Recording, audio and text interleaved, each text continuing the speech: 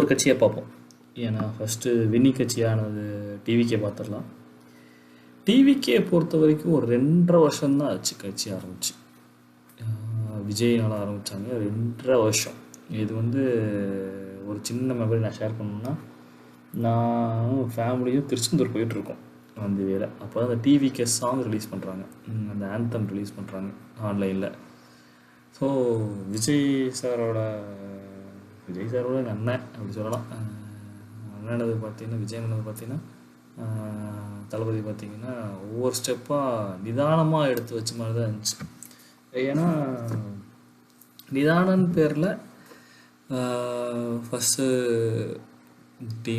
Name announce பண்ணதாக இருக்கட்டும், கொடியை announce பண்ணதாக இருக்கட்டும், அப்புறம் கட்சி பேரை அனௌன்ஸ் பண்ணதாக இருக்கட்டும், அப்புறம் மாநாடு நடத்தினதாக இருக்கட்டும், மாநாட்டில் சொன்ன விஷயங்களாக இருக்கட்டும், இதெல்லாம் நிறைய பேர்த்த கொஞ்சம் கதிகலங்க வச்சுதுன்னு சொல்லலாம். அதனால் என்ன பண்ணிட்டாருன்னா, அது அவருக்கு பேக்லாகும் ஆயிடுச்சு. சில பேர் 5 பேர்த்த சொல்லும்போது அது ஓட்டாக கன்வெர்ட் ஆகுமா? பெரியாராக இருக்கட்டும், காமராஜராக இருக்கட்டும், அஞ்சலியம்மாளாக இருக்கட்டும், வேலு நாச்சியாராக இருக்கட்டும், இவங்க சொல்லும்போது இது எப்படி அது ஒர்க் அவுட் ஆகும்னு தெரியாமல், ஓட்டு கன்வர்ஷன் ஆகும்னு தெரியாமல், அதில் கொஞ்சம் சின்ன திருத்தம் கொண்டு வந்தார். அது எலெக்ஷனுக்காக மட்டுமே, ஓட்டுக்காக மட்டுமே, வரலாறு திரும்புகிறது அப்படின்னு ஒரு பாயிண்ட்டை போட்டு. இது பார்த்திங்கன்னா ஒரு அல்டிமேட்டாக ரீச் ஆச்சுன்னு சொல்லலாம். அதனால் ரீச் ஆகும்போது என்ன ஆயிடுச்சுன்னா, சில பல தடங்களும் நடந்துச்சு. என்ன ஆச்சுன்னா, அவருக்கு பர்மிஷன் கொடுக்காதது, மாநாட்டுக்கு பர்மிஷன் கொடுக்காதது, மாநாட்டில் நடந்த பிரச்சனைலாம் ஆப்வியஸாக ரொம்ப ஹைலைட் பண்ணி காமிச்சாங்க மீடியா சைட்லேருந்து. ஸோ இது ஃபஸ்ட்டு மீடியா மேலே ஒரு நம்பிக்கை கொண்டு வந்த மக்களுக்கு கொஞ்சம் ட்ராக் ஆச்சு. ஏன்னா இப்போ தானே வராரு, 1 வருஷம் தான் ஆகுது. இப்போ கட்சி ஆரம்பித்து ஃபஸ்ட்டு மாநாடு நடத்துறது, இதெல்லாம் போய் இவ்வளோ பேசுகிறீங்களே அப்படின்ட்டு. இதில் எதிர்கட்சிகளுக்கு எப்படின்னா, டிஎம்கே, ஏடிஎம்கே, என்டிகேக்கு என்ன ஆயிடுச்சுன்னா, அவங்க ஓட்டு பிரியோட பயம் வந்துச்சு. அது மட்டும் இல்லாமல் அவங்க சில விஷயங்கள்லாம் வைட்டமின் எம்முன்னு சொல்லுவாங்க, பிஸ்கட்ஸ்ன்னு சொல்லுவாங்க, அது ஒரு பேர் சொல்லுவாங்க, பணம் கொடுத்து சேர்ற கூட்டத்துக்கே இப்படி வர மாட்டேங்கிறாங்களே, இதுக்கு எப்படி இவ்வளோ வந்தாங்க அப்படின்னு ஒரு பயம் இருந்தது அவங்களுக்கு. இதனாலேயே என்ன ஆச்சுன்னா, ஃபர்தர் மூவ் பண்ண விஜய் அண்ணனுக்கு என்ன, டிவிகேக்கு என்ன ஒரு நெகட்டிவ் அப்படியே ஆச்சுன்னா என்னென்னா, இவங்க ரொம்ப டேமேஜ் பண்ண ஆரம்பித்தாங்க. ஏடிஎம்கேவாக இருக்கட்டும், டிஎம்கேவாக இருக்கட்டும். ஆனால் டிஎம்கே பயங்கரமாக டேமேஜ் பண்ண ஆரம்பித்தாங்க. ஏன்னா அவங்களுக்கு ஒரு நாஸ்டாலஜிக் ஃபீல்டுன்னு சொல்ல முடியாது, ஒரு ட்ராமான்னு சொல்லலாம். ஒரு நடிகர் கட்சி ஆரம்பித்தாவே அவங்களுக்கு ஒரு ட்ராமா மாதிரி கிரியேட் ஆகிரும். எக்ஸாம்பிள்ஸ் எம்ஜிஆர் சொல்லலாம், விஜயகாந்த் சொல்லலாம். அவங்கள யார் ஆப்போசிட்டாக ஆரம்பித்தாங்கன்னா, டிஎம்கேக்கு ஆப்போசிட்டாக தான் ஆரம்பித்தாங்க கம்பேரிட்டிவ்லி. ஸோ அதனால் அவங்களுக்கு ஒரு ட்ராமா மாதிரி கிரியேட் ஆகி ரொம்ப எந்த ஒரு சின்ன விஷயம் மாட்டினாலும் டிவிக்கே அப்படி மாதிரி போர்ட்ரேட் பண்ண ஆரம்பித்தாங்க. இது எப்படி ஆயிடுச்சுன்னா, போகிற போக்கில் சரி, அப்புறம் அடுத்தது ஒன்று பண்ணாங்க, இவர் வீட்டிலேருந்தே வேலை பார்ப்பார், ரோட்டுக்கு வர மாட்டார், அந்த மாதிரி கேன்வாஸ் நடந்துச்சு. இதெல்லாம் அது எப்படி ஓவர் கம் பண்ணி வந்ததுங்கிறது பெரிய விஷயம் விஜய் அண்ணனுக்கு பொறுத்த வரைக்கும். ஏன்னா அதில் அவருக்கு நீங்கள் சொல்ல அவர் மேலே வந்துகிட்டே தான் இருந்தார். இதில் நடுவில் ஒரு பெரிய விஷயம் என்ன ஆச்சுன்னா, கரூர் சம்பவம் என்ன நடந்துச்சு, ஏது நடந்துச்சுன்னு ஊர் மக்கள் சொல்லியிருக்காங்க, பல ரெக்கார்டிங்ஸ் இருக்குது. இதில் நான் சொல்லி, ஏன்னா இது 10 வருஷத்துக்கு அப்புறம் இந்த ரெக்கார்டிங் கேட்கும்போது தான் நான் ஃப்யூச்சரில் கேட்கலாம் அப்படின்னு மாதிரி தான் இந்த ரெக்கார்டிங். எனக்கு அந்த ஃப்யூச்சர்லேயுமே இது மறக்காத இன்சிடென்ட் மாதிரி தான். மற்ற இன்சிடென்ட் மறந்துடும், இந்த கரூர் சம்பவம் எனக்கு மறக்காது. ஏன்னா அது என்ன நடந்துச்சு, ஏது இருந்துச்சுன்னு ஒரு 24 ஹவர்ஸாக நியூஸ் போயிட்டே இருந்துச்சு. ஆஃப்லைன் மீடியாஸும் கவர் பண்ணியிருந்தாங்க, யூடியூப்பில் போட்டிருந்தாங்க. ஏன்னா மீடியா நெரேட்டிவ் ஒரே மாதிரி இருந்துச்சு, பார்ட்டிஸ் நெரேட்டிவ் ஒரு மாதிரி இருந்துச்சு. இதில் ஏடிஎம்கே மட்டும் ஃபேவராக பேசுகிறாங்க விஜய் எனக்கு, அவர் அவங்க தொண்டரை இழந்துட்டு அவர் கொஞ்சம் தவிப்பார் அப்படி மாதிரி. அதனால் என்ன ஆச்சுன்னா, மக்கள் அந்த side of favour of ADMK போனாங்க. ஏடிஎம்கே டிவிக்கு அலைன்ஸ் தான் நல்லாயிருக்கும் அப்படி மாதிரி போயிருக்காங்க. இதில் நடுவில் எங்கே ஆயிடுச்சுன்னா, இதை டிஎம்கே கையில் எடுத்துட்டாங்க. ஓகே சூப்பர், இதுக்கு தான் நான் வெயிட் பண்ணணும் மாதிரி, பார்த்தீங்களா பிஜேபி உள்ள வரப்போகுது அப்படி மாதிரி அவங்களோட முழக்கத்தை எடுத்துட்டாங்க. ஏன்னா 2021 எலெக்ஷன் அவங்களோட ஃபஸ்ட்டு பிரதானமாகவே பிஜேபி உள்ளே வந்துருச்சு அப்படிங்கிற மாதிரி தான் கேன்வாஷ் பண்ணி அவங்க ஜெயிச்சாங்க. அவங்க ஹிஸ்ட்ரி வரும்போது பார்க்கலாம் அவங்க எப்படி வந்திருக்காங்கன்ட்டு. 2021 2022 கம்பேர் பண்ணும்போது ஏன் ஜெயிச்சாங்க, அதில் ஏன் தோத்தாங்க அப்போ பார்க்கலாம். இது வந்தோடனே விஜய் அப்படியே டவுன், ஒரு 2 மாதம் கேன்வாஷ் போகல். ஏன்னா ஒவ்வொரு டிஸ்ட்ரிக்டே போயிட்டு வந்துட்டு அப்படியே 1.5 மாதத்துக்கு ட்ராப் அவுட். ஸோ மக்கள் அப்படியே மைண்ட் செட் மூவ் ஆரம்பிச்சு, வெளியே வர ஆரம்பிச்சு, டிவிக்கு மைண்ட் செட்லேருந்து வெளியே வர ஆரம்பிச்சுது. என் மைண்ட் செட் அப்படி தான் இருந்துச்சு. நான் சரி டிவிக்கு ஓட்டு போடலாம் அப்படின்னாலுமே ஓகே இவங்க அவ்வளோதான் முடிச்சிட்டாங்க, முடிஞ்சிச்சு அப்படி மாதிரி மைண்ட். பட் அதை லீகலாக மூவ் பண்ணி அந்த ஃபேமிலிஸை மீட் பண்ணி, ஆனால் அந்த ஒரு பெரிய ஹைலைட் பாயிண்ட் இதில் என்ன நடந்துச்சுன்னா, எந்த ஒரு ஃபேமிலியுமே விஜய் மேலே குத்த சொல்லவே இல்லை. அது ஒரு மிகப்பெரிய பாயிண்ட்டாக பேசப்பட்டுச்சு அந்த டைமில். அதுதான் ஆச்சரியத்தை கொடுத்துச்சு எல்லாத்துக்கும். ஸோ அப்புறம் ஃபாலோயிங் அப் பேக் வராரு. ஒரு 90 நாள் கழிச்சு, ஒரு அப்ராக்சிமேட் கரெக்டாக டேட்டு நாட்கள் தெரியல, ஒரு 30 நாள் கழிச்சு வெளியே வராரு. வெளியே வந்து அவர் வேறு மக்கள் வச்ச பிரியம் அப்படியே இருந்துச்சு, அந்த க்ரௌட் அப்படியே இருந்துச்சு. இது டிஎம்கேவுக்கும் ஏடிஎம்கேவுக்கும் ஒரு சவாலாகவே இருந்துச்சு. ஆப்வியஸாக மீடியாவோட நெரேட்டிவ் எப்படி இருந்துச்சுன்னா, இந்த டைமில் பார்த்தீங்கன்னா எப்படி இருக்குன்னா, அந்த ஃபேவர் ஆஃப் டிஎம்கே மாதிரி தான் இருந்துச்சு எல்லாத்துக்குமே.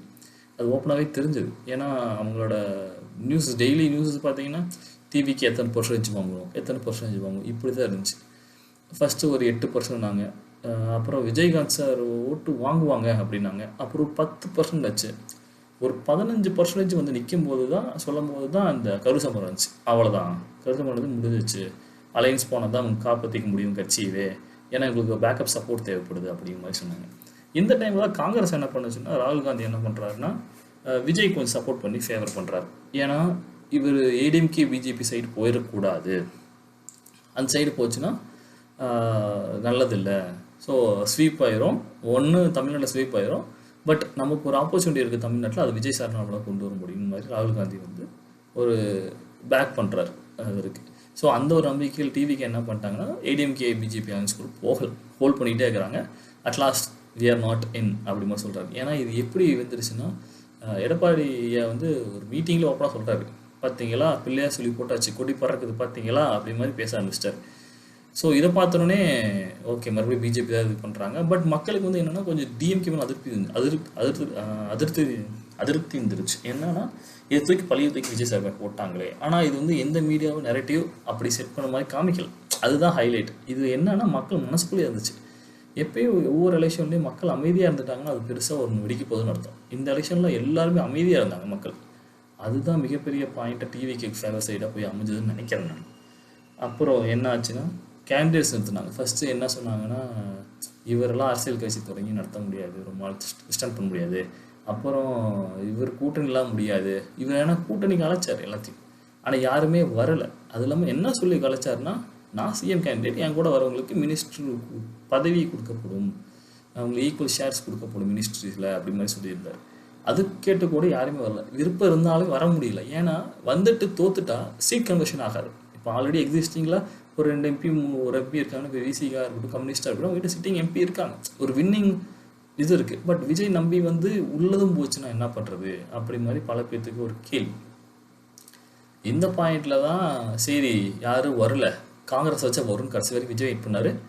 காங்கிரஸும் வரலை. இதில் என்ன ஆயிடுச்சுன்னா, காங்கிரஸ் 2ஆம் மாதிரி பிரிஞ்ச மாதிரி ஒரு ஃபீல் ஆயிடுச்சு மக்களுக்கு உண்மையாலுமே அது நடந்துச்சு. ஏன்னா ராகுல் காந்தியோட பிஹேவியர், அவர் நடவடிக்கைகள் பார்க்கும்போது பயங்கரமாக இருந்துச்சு. ஏன்னா ராகுல் காந்தி வராரு, தமிழ்நாட்டுக்கு வராரு, டிரான்சிஷன் நடக்குது, சென்னையிலேருந்து பாண்டிச்சேரி போகிறாரு. ஆனால் டிஎம்கே தலைவரை மீட் பண்ணல, ஸ்டாலின் சார் மீட் பண்ணல.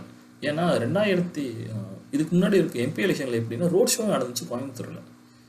எங்கள் அண்ணன் my brother is in Tamil Nadu அப்படி மாதிரி பெருமையாக பேசணும் ஸ்டாலின் சார், பெருமையாக பேசுகிற ராகுல் காந்தி ஒரு வார்த்தை கூட ஸ்டாலின் சாரை பற்றியோ இல்லை அவங்க கூட ஒரு மேடையிலே ஷேர் பண்ணாதது காங்கிரஸுக்குள்ளே ஒரு உள்ளடிப்பு இருந்துச்சுன்னு ஓப்பனாகவே தெரிஞ்சது. ஆனால் ஸ்டாலின் ஐயா என்ன பண்ணாங்கன்னா, போய் சோனியா காந்தி மேம் மீட் பண்ணி அந்த அலைன்ஸு இது பண்ணிவிட்டு அந்த ஒரு ஸ்வாக் ஒரு டெம்ப்ளேட் வந்து பயங்கரமாக வைரலாச்சு அந்த டைம். ஸோ ஆல்மோஸ்ட் முடிஞ்சிச்சு, அவ்வளோதான், இனிமேல் 4 கார்னர் ஃபைட்டில் பல ரிவ்யூவர்ஸ் சொன்னாங்க, ஒரு பத்திரிக்கையாளர் சொன்னாங்க 4 corner fight advance for DMK. இது வந்து காமனாக பேசப்பட்டுச்சு. பட் இந்த பாயிண்டில் தான் அடுத்த மூவ் நடக்குது. 234 தொகுதிக்கும் ஆட்களை வேட்பாளராக போட முடியுமா அப்படின்னு ஒரு கேள்வி, அடுத்த கேள்வி நம்ம மீடியா ஆரம்பிச்சது. அவரும் 234 தொகுதிக்கும் அதில் போட்டார். போட்டு 2வது நாள் 3வது நாள் என்ன ஆச்சுன்னா, எடப்பாடி தொகுதியில் இருக்க கேண்டிடேட் காணாம். அப்ஸ்காண்டா இல்லை தூக்கிட்டாங்களா, காசை கொடுத்து மடக்கிட்டாங்களான்னு தெரியல. அதனால் 233 போச்சு, அவ்வளோதான் இனிமேல் உடஞ்சிரும் அப்படின்னாங்க. சரி ஓகே, 234 தொகுதி 33 தொகுதியில் ஆளுகள் போட்டாச்சு.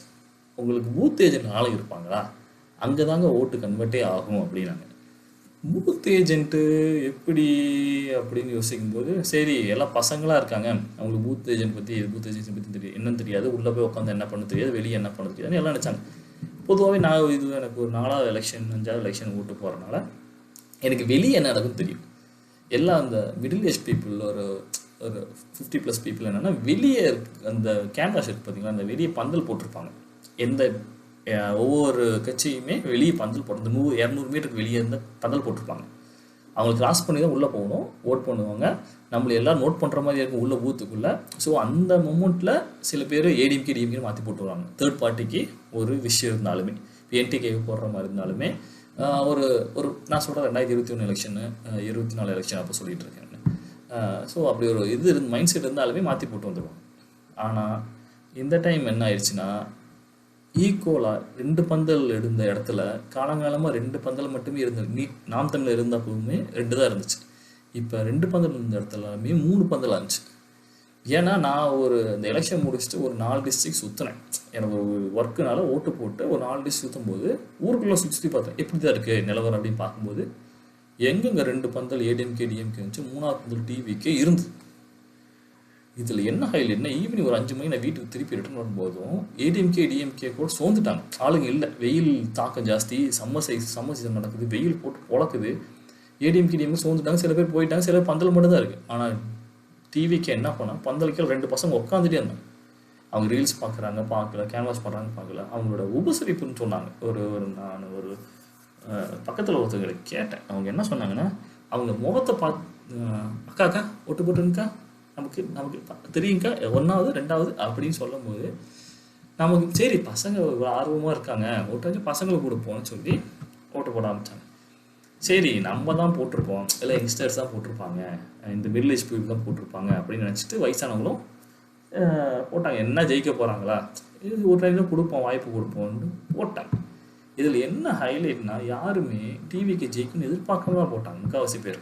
இதில் இப்போ நீங்கள் 36% வாக்கு வாங்கியிருக்கணும், டிவிக்கு வாங்கியிருக்குன்னா அதில் கிட்டத்தட்ட 25% பீப்புள் இது வின் பண்ணுமா அப்படின்னு ஒரு டவுட்டில் தான் போட்டிருப்பாங்க. வின் பண்ணாலுமே சிங்கிள் மெஜாரிட்டியில் சிஎம் ஆவார் விஜய். ஆனால் விஜய் சிஎம் எல்லாத்துக்கும் ஆசை இருந்துச்சு. ஆனால் இந்த எலெக்ஷனில் ஆவார், 2031 ஆவார். சரி இந்த எலெக்ஷனுக்கு ஒரு சப்போர்ட் கொடுக்கலாம் நமக்கு அப்படின்னு ஓட்டு என்ன ஆயிடுச்சுன்னா, ஓட் பூத்தில் இருந்த ஆளுங்க அவங்க பசங்க, இந்த சின்ன பசங்களாக இருக்கட்டும், வீட்டில் இன்ஃப்ளூயன்ஸாக இருக்கட்டும், இதோட ஹைலைட் என்னன்னா எல்லாம் யூனிஃபார்ம் போட ஆரம்பிச்சிட்டாங்க. ஆப்வியஸாக எல்லாம் தெரியும் டிஎம்கே எவ்வளோ அமௌண்ட் கொடுத்தாங்க, எவ்வளவு கொடுத்தாங்க அப்படின்ட்டு. நம்ம அவங்களோட பேக்லாக்ஸ் அமௌண்ட் கொடுத்ததுல என்னென்ன பிரச்சனை வந்துச்சுன்னா அதை தனி வீடியோ பேசலாம். இந்த இடத்துல என்னென்னா, காஸ்டியூமில் ஓட்டு போகிற அளவுக்கு கான்ஃபிடன்ஸ் இருந்துச்சு மக்களுக்கு. சரி நம்ம கொடுப்போம், ஓட்டு போடுன்னு போட்டாங்க. எல்லாத்துக்கும் இன்னொரு மைண்ட் செட்னா, ஒரு விஜய் ஜெயிச்சிருவார், தலைவர் ஜெயிச்சிருவார், பெரம்பலூர் கண்டிப்பாக ஜெயிச்சிருவார், திருச்சி கிழக்கு ஓகே அடிச்சு பிடிச்சது ஜெயிச்சிருவார். மீதி யார் ஜெயிப்பா? ஒரு பெரிய ஸ்டார் கேண்டிடேட்ஸ் யார் இருக்கா அந்த பார்க்குறோம். நிர்மல்குமார் திருப்பரங்குன்றத்தில் டிவிக்கு ஸ்டாண்ட் எடுக்கலையே, ஓட்டு போடுவாங்களா, கொஷின் மார்க் முடிஞ்சு. அடுத்து Khushi Anand Chennai is a fort of DMK, அதில் ஜெயிப்பாங்களா, கொஷின் மார்க். அப்புறம் ஓகே சவுத்தில் இவர் பேர் நல்லா பிரபலமாக இருக்கே, காரைக்குடியில் பிரபுன்ட்டு அவர் ஜெயிப்பாரா? ஜெயிக்கலாம், ஆனால் அந்த சீமா நிற்கிறார், ஓட்ட பிரிச்சு போடுவார், ஜெயிக்க முடியாது. சரி ஓகே, வேறு யார் பெரிய star candidate? Tiruchengode candidate. Okay Arunraj ஜெயிப்பாரா? ஐஆர்எஸ் ஆஃபீஸர் உள்ளே வந்திருக்காரு, ஃபர்ஸ்ட் எலெக்ஷன், எக்ஸ்பீரியன்ஸ் ஜாஸ்தி, ஓகே அவர் கொஞ்சம் வாய்ப்பு இருக்குது, எட்ஜ் இருக்குது. ஓகே வேறு யார் பெருசா? அர்ஜுனா ஆப்போசிட் கேண்டிடேட், கொஞ்சம் ஸ்ட்ராங்கான கேண்டிடேட், காசு போட்டு விளையாடும் அப்படி மாதிரி சொல்லிட்டாங்க. சரி ஒரு மிஞ்சி போனால் ஒரு 10 ஜெயிப்பாங்க, அதுக்கு மேலே எப்படிங்க அப்படிங்கும்போது ஒரு இதாகிடுச்சு எல்லாத்துக்கும். எல்லாரும் அதே மாதிரி நெரேட்டிவ் செட் பண்ணாங்க, மீடியா ஆல்மோஸ்ட் நெரேட்டிவ் செட் பண்ணாங்க. அப்புறம் ஓட் ரிசல்ட் எல்லோரும் வெயிட் பண்ண திங்கட்கிழமை வந்துச்சு, மே 4 கவுண்டிங் டே. எடுத்தோன்னே போஸ்டல் ஓட்லேயே தெரிஞ்சிருச்சு டிவிகேக்கு சப்போர்ட் ஆரம்பிச்சிருச்சு. ஏன்னா போஸ்டிங் நான் சேனல் பார்க்கும்போது தந்தையும் புதுக்கிழமையும் மாற்றி பார்த்துட்டு இருக்கேன். எப்பயும் போஸ்டல் ஓட்டு அந்த ஃபேவர் ஆஃப் டிஎம்கே. ஏன்னா போஸ்டல் ஓட்டு மேக்ஸிமம் கவர்மெண்ட் ஜாப்ஸ் பீப்புள், கவுமுஜல் பீப்புள்னா ஆப்வியஸாக டிஎம்கே அப்படின்னு ஒரு ஒரு இது இருக்கு. இந்த நாள் வரைக்கும் இருந்துச்சு. மே 3ஆம் தேதி வரைக்கும் இருந்துச்சு. மே 4ஆம் தேதி பெட்டி திறக்கும் போது தான் தெரிஞ்சது நீ எந்த அளவுக்கு டிஎம்கே இருக்கோ அந்த அளவுக்கு டிவிக்கே வந்துருச்சு. ஃபர்ஸ்ட் ஒரு 18-20 வந்து டிஎம்கே சல்லுன்னு மேலே போச்சு. தாவேக்கா 2வது இடத்துல இருந்துச்சு. 2வது இடத்துலையும் 3ஆவதுலேயும் மாறி மாறி இருந்துச்சு. நாம் தமிழ் ஆப்வியஸாக ஏறும். அப்புறம் ஒரு 50 கிட்ட நெருங்கும் போது எரிச்சு பாருங்க. இந்த 35 கிராஸ் பண்ணும்போது எரிச்சு பாருங்க. எல்லாத்துக்கும் சாக்கு 30, இன்னும் 10 நினைச்சோம். சரி ஒரு 15, 25, ஒரு 35. அப்போ ஒரு 35க்கு மேலே ஃபர்ஸ்ட் பிளேஸ் போச்சு பாருங்க. அப்போதாங்க டிவிக்கே உதயமாச்சு. விசில் பறக்குது, விசில் சத்தம் கிளிக்குது அப்படின்னு அது தெரிஞ்சது. இந்த வேவை யாருமே ப்ரிடிக்ட் பண்ணல எக்ஸப்ட் ஒரு நார்த் சேனல் மீடியா தவிர. எல்லா நார்த் சேனல் மீடியா தவிர என்ன பண்ணுறாங்க 90 to 120 தான் போடுறாங்க இல்லையா, ப்ரிசைஸாக போடவே இல்லை. அவங்க நார்த் சேனல் படம் கூட போடல. சரி வந்துடும் 50 தொட்டுச்சு. சூப்பர் 60 70 80 90 100 அடிச்சிருமா 100 அடிச்சோன்னு ஒரு ஹாப்பி வந்துச்சு பாருங்க. எல்லாத்துக்கும் ஷாக்கு. 100 இதில் என்ன ஹைலைட்னா பல இடத்துல தெரியாத கேண்டிடேட், சப்போர்ட் இல்லாத கேண்டிடேட், மினிஸ்டருக்கெல்லாம் பேக்லாக் அடிக்கும்போது எல்லாத்துக்கும் ஷாக்கு. ஏன்னா உதயநிதி ஸ்டாலின் தொகுதியிலேயே அவரே கொஞ்சம் எட்ஜில் தான் போயிட்டு இருந்தார், எட்ஜில் தான் ரீடிங் போயிட்டு இருந்தார். என்னடா இது நடக்குதுங்கன்னு பார்க்கும்போது கடைசியில் வந்து முடிஞ்சது பாருங்க. 107 108 109 எல்லாரும் ஷாக் ஆயிட்டாங்க. ஆனால் இப்போ என்ன ஆயிடுச்சு முடிச்சதுக்கப்புறம் நாங்கள் எல்லாரும் எதிர்பார்த்துருந்தோம் அட்லீஸ்ட் எதிர்க்கட்சி தலைவாச்சு போய் உட்காந்துடணும், ஒரு நல்ல மனசு தோற்றக்கூடாது அப்படின்னு மாதிரி எல்லாம் நினச்சாங்க. இப்போ எங்கே ஆகி போச்சுன்னா சிஎம் அவர் இடத்துக்கு போயிட்டு நெருங்கிட்டார் ஒரு ஸ்டெப். நாளைக்கு சிஎம் பதவி ஏற்க போகிறார். நாளைக்கு 7ஆம் தேதி டேட் அனௌன்ஸ் பண்ணாங்க இந்த டைமில் பேசும்போது. ஆனால் என்ன ஆச்சுன்னா மெஜாரிட்டி சிங்கிள் மெஜாரிட்டி ஆக மாட்டேங்குது. இப்போ முன்னாடி அந்த தோழமை கட்சிகள் இருந்தாங்களே டிஎம்கே தோழமை கட்சிகள், அவங்க வந்து சப்போர்ட் கொடுப்பாங்க கொடுக்க மாட்டாங்கன்னா ஏன் அவங்ககிட்ட ஒரு 11-12 எம்எல்ஏ இருக்காங்க. கொடுத்தாங்கன்னா மெஜாரிட்டி வந்துடும், ஜெயிச்சிடலாம், ஆட்சி அமைச்சிடலாம். 107 107ங்கிறது கவுண்ட் இப்போ இருக்குது. ஸோ ஒரு 10 வந்துச்சு 117 சிங்கிள் மெஜாரிட்டி, 117 ஒரு சஃபிஷியன்ட் நம்பர். ஆனால் எட்ஜி நம்பர் அப்படிங்கிறாங்க, அப்படின்னு பொசிஷன் வந்து நிற்கிறாங்க. பார்ப்போம் இதுக்கப்புறம் என்ன நடக்குது, டிவிக்கு என்ன நடக்குது. இந்த ஆடியோ கொஞ்சம் ஜாஸ்தியாக போயிடுச்சு 17.35. But still it's okay. எனக்கு கேட்கும்போது பின்னாடி கேட்கும்போது ஒரு கூஸ் பம்ப்ஸாக இருந்தாலும். ஏன்னா ஒரு ஒரு ஒரு லீடர் உதயமாக 2 வருஷத்தில் ஒரு சிஎம் ஆகிறதுங்கிறது தமிழ்நாடு தான் ஃபர்ஸ்ட் டைம். ஏன்னா ஏடிஎம்கே வந்து எம்ஜிஆர் பிரிஞ்சு வரும்போது கூட டிஎம்கே கேரக்டர்ஸாக பிரிச்சு கொண்டு வந்தார். ஆனால் இது அப்படி இல்லை. எல்லாம் கிட்டத்தட்ட ஒரு 15 பேர் பக்கத்தில் 35 வயசு கம்மி எம்எல்ஏஸு. 20 பேர் 20 எம்எல்ஏ வந்து இப்போ 35 வயசுக்குள்ள தான். இதே பெரிய ஆச்சரியமாக இருக்குது. இது எப்படி சொல்கிறாங்க, பக்கத்து வீட்டில் எதிர்த்து வீட்டில் சின்ன பசங்களுங்க கூடவே வாழ்ந்தவங்க கூடவே பார்த்தவங்க எல்லாரும் இப்போ எம்எல்ஏ இருக்கும்போது எனக்கு சந்தோஷமாக இருக்குங்க மாதிரி பல பேர் சொல்லும்போது சரியாக வெற்றி. தேங்க்யூ.